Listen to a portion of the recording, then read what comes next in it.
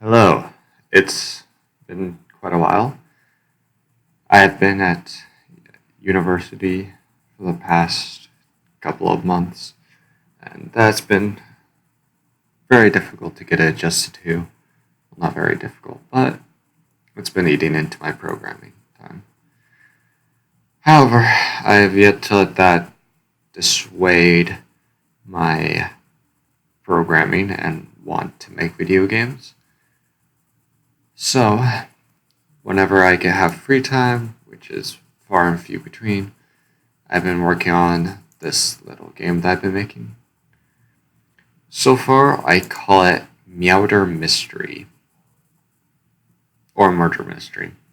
It's like a clue game where you see who the murderer is from a select list of people, and from that list of people, you can say, oh, this person did it because of this reason, or I have this proof.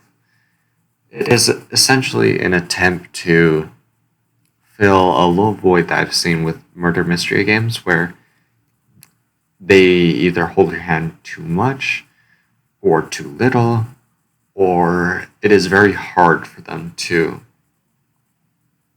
essentially recreate what it is like to be a detective. With this, I want to try to recreate that sense where it's like, oh, I'm a detective. I found this out all by myself. And I was this percent correct, or I was so close to being correct. However, someone else was like, no, that doesn't make sense, but this does. It's a very small game, and I had very little time to work on it. What I have here is essentially just maybe 5 hours of work because I'm still adjusting to Godot's systems and how everything works. However, all of this is being done in C Sharp, which is actually interesting. There's a lot of different things from C Sharp and Godot that you have to transfer to, such as, like with Unity system, you have the variables that you can see off on the side. However, how to do some of the things that Unity would do for you, such as placing this directly into there, that doesn't really work. And if there's a want for it, I can create a tutorial on how I am able to recreate sort of what Unity has, but with a little bit of extra steps in the programming side and whatnot.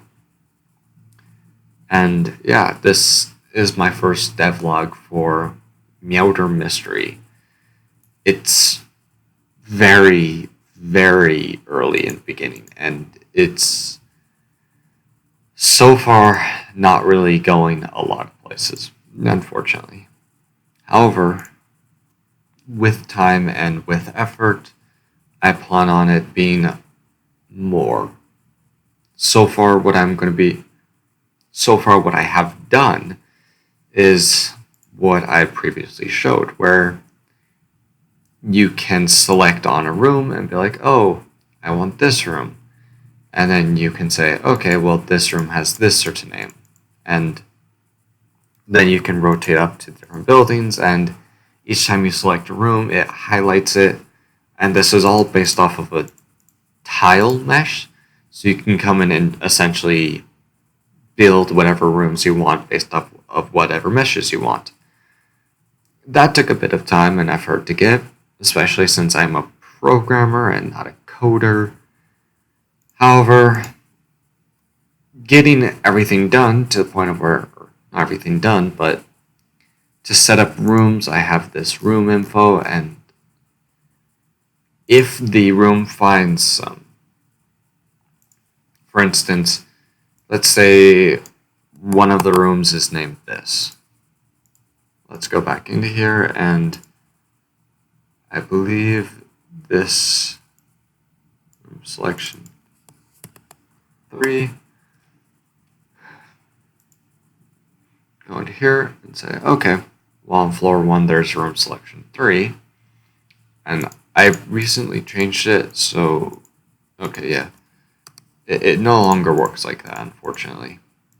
and I think it's spelled default wrong. I'm not entirely sure. However, it goes in and you select the room and you're like, okay, well, if there's already room, then we'll just hide it, or yeah. It's very interesting, to say the least. Current room, let's see. I believe there's already something in here. Yeah, so I actually, oh yeah, I changed it. So what happens is all of these have a default name. Let's say this is the kitchen. And the kitchen is very cold and not friendly at all. And then you go in here and you're like, oh, well, let's select the kitchen room, which this. Whoops. I got those two mixed up. So you can see that the name of the kitchen appears right here, and the description, well, no, name is right here, but the description appears right here. And then with that, I can say, oh, the kitchen room connects to, let's say, 1. And I'll need to go back in and add, yeah. Sometimes coding is very interesting. So you will have IDs and say, oh, the ID of this one is 2, and the ID of this room is 1. So when we select this room has an ID of 1. This room over here is connected to 1, meaning this room leads into this room. And this room, you come back over here and say, oh, well, it has 4 connections because it connects to this room, to this room, to this room, and then to floor 2. And you set up the IDs right there. It's not the best in the world. It's not the worst in the world either. And so far, it's working with what I have. It's also fairly fun as well. Yeah. This is my current meowder mystery, or murder mystery. Name is still to be determined. However, these devlogs are more or less just for me to keep wanting to work on this and to have motivation to work on this. So if you see something that you like, or if you see something that looks interesting, go ahead and comment, or just say ideas and suggestions, depending on how you think they might be better for this type of system or for this type of play.